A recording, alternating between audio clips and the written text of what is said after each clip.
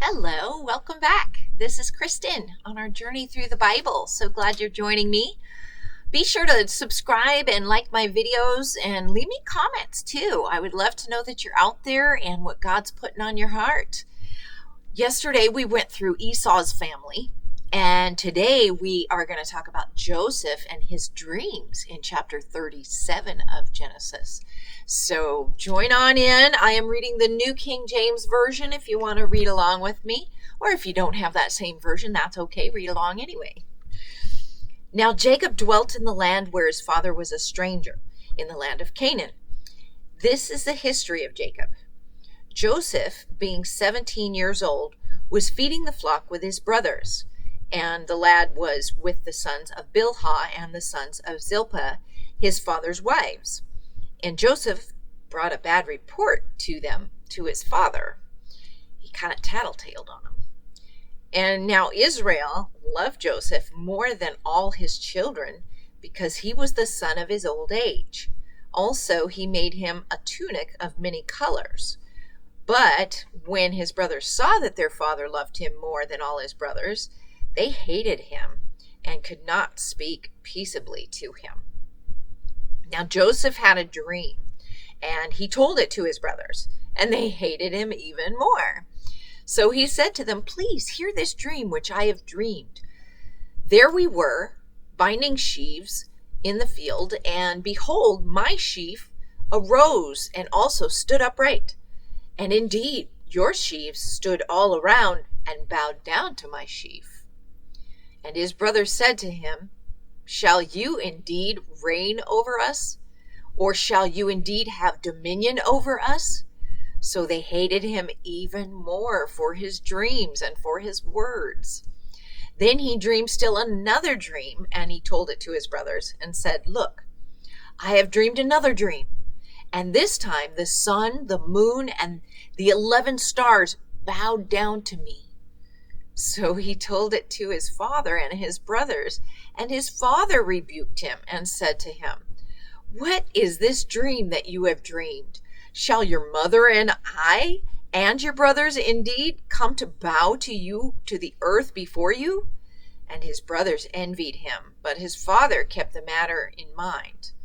Then his brothers went to feed their father's flock in Shechem, and Israel said to Joseph, "Are not your brothers feeding the flock in Shechem?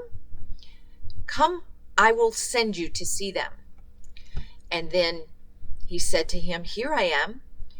Then he said to him, "Please go and see if it is well with your brothers and well with the flocks, and bring back word to me."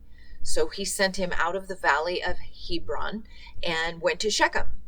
Now a certain man found him, and there he was, wandering in the field. And the man asked him, saying, "What are you seeking?"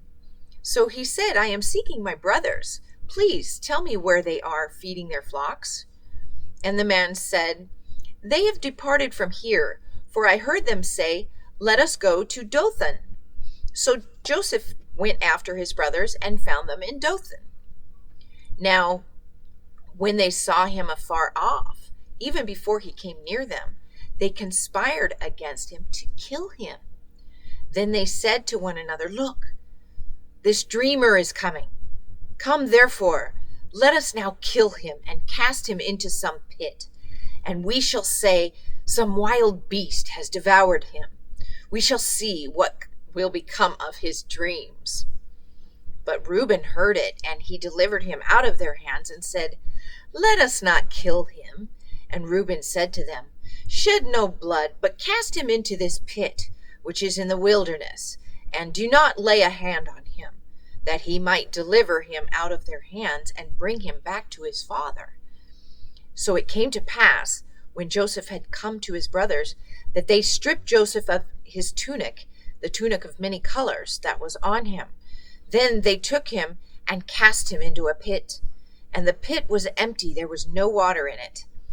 And they sat down to eat a meal.